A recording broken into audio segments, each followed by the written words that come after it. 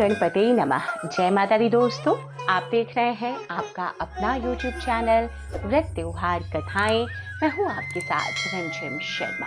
आज इस वीडियो में मैं आपके साथ विनायक चतुर्थी व्रत कथा शेयर कर रही हूं। देखिए, हर मास में 2 चतुर्थी व्रत होते हैं। एक कृष्ण पक्ष की चतुर्थी तिथि और दूसरा शुक्ल पक्ष की चतुर्थी तिथि। कृष्ण पक्ष की जो चतुर्थी तिथि होती है उस दिन को संकष्टी चतुर्थी व्रत रखा जाता है और शुक्ल पक्ष की जो चतुर्थी तिथि होती है इस दिन को विनायक चतुर्थी के नाम से हम जानते हैं। दोनों ही दिनों में भगवान गणपति की पूजा आराधना की जाती है। तो आज इस वीडियो में मैं आपके साथ विनायक चतुर्थी व्रत अगर आप भी कर रहे हैं तो इस कथा को जरूर पढ़ें या सुनें। अगर आप चतुर्थी का व्रत नहीं भी करते हैं तो कथा सुनने मात्र से ही जीवन के सभी कष्ट दूर हो जाते हैं। तो आइए इस वीडियो में मैं आपके साथ एक पौराणिक कथा शेयर करती हूँ। श्री विनायक चतुर्थी व्रत की पौराणिक कथा के मुताबिक एक बार भगवान शिव और माता पार्वती नर्मदा नदी के किनारे बैठे थे।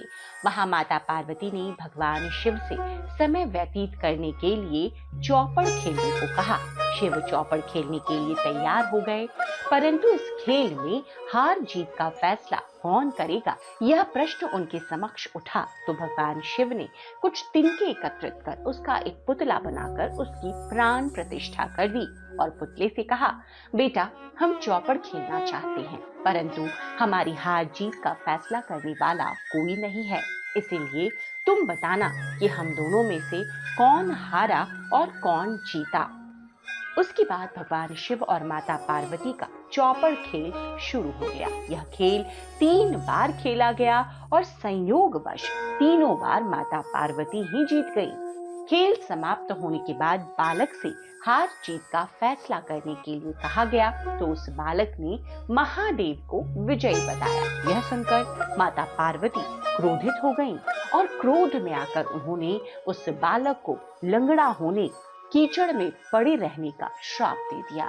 बालक ने माता पार्वती से माफी मांगी और कहा कि मुझसे अज्ञानतावश ऐसा हुआ है, मैंने किसी द्वेष भाव में ऐसा नहीं किया है माता। बालक द्वारा क्षमा मांगने पर माता ने कहा, यहाँ गणेश पूजन के लिए नाग कन्याएं आएंगी, उनके कहे अनुसार तुम गणेश व्रत करो, ऐसा करने से तुम मुझे प्राप्त करोगे। यह कहकर माता पार्वती शिव के साथ कैलाश पर्वत पर चली गईं। 1 वर्ष बाद उस स्थान पर नाग कन्याएं आईं। तब नाग कन्याओं से ही श्री गणेश के व्रत की विधि मालूम करके उस बालक ने 21 दिनों तक लगातार गणेश जी का व्रत किया। उसकी श्रद्धा से गणेश जी प्रसन्न हुए और उन्होंने बालक को मनोवांछित फल मांगने के लिए कहा। उस पर बालक ने कहा कि हे विनायक, मुझ में इतनी शक्ति दीजिए कि मैं अपने पैरों से चलकर अपने माता पिता के साथ कैलाश पर्वत पर पहुंच सकूं और वो देख प्रसन्न हो। तब बालक को भगवान ये वरदान देकर अंतर्ध्यान हो गए। इसके बाद वह बालक कैलाश पर्वत पर पहुंच गया और कैलाश पर्वत पर पहुंचते ही अपनी कथा उसने भगवान शिव को सुनाई। चौपड़ वाले दिन से माता पार्वती शिव जी से विमुख हो गई थीं, अतः देवी के रुष्ट होने पर भगवान शिव ने भी बालक के बताए अनुसार 21 दिनों तक श्री गणेश व्रत किया। इस व्रत के प्रभाव से माता पार्वती के मन से भगवान शिव के लिए जो नाराजगी थी वह समाप्त हो गई। तब यह व्रत विधि पूर्वक भगवान शंकर ने माता पार्वती को बताई। यह सुनकर माता पार्वती के मन में भी अपने पुत्र कार्तिकेय से मिलने की इच्छा जागृत हुई। तब माता पार्वती ने भी 21 दिनों तक श्री गणेश का व्रत किया तथा दूर्वा, फूल और लड्डुओं से गणेश जी का पूजन अर्चन किया। व्रत के 21वें दिन कार्तिकेय स्वयं माता पार्वती जी से मिलने आ पहुंचे। उस दिन से ही श्री गणेश का यह व्रत समस्त मनोकामनाओं की पूर्ति करने वाला व्रत माना जाता है। इस व्रत को करने से मनुष्य के सारे कष्ट दूर होकर मनुष्य को समस्त सुख सुविधाएं प्राप्त हो जाती हैं। तो प्रेम पूर्वक एक बार फिर से सभी लोग भगवान गणपति का स्मरण करते हुए उनके नाम का जयकारा लगाएं। जय श्री गणपति।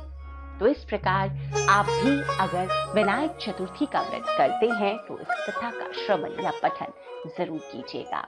इसी तरह की कथाओं के लिए आपके अपने YouTube चैनल व्रत त्योहार कथाएं को सब्सक्राइब भी जरूर कर लें। आने वाले सभी व्रत त्योहारों की कथाएं यहाँ पर आपको प्राप्त होती रहेंगी। वीडियो देखने के लिए बहुत बहुत शुक्रिया। जय माता दी।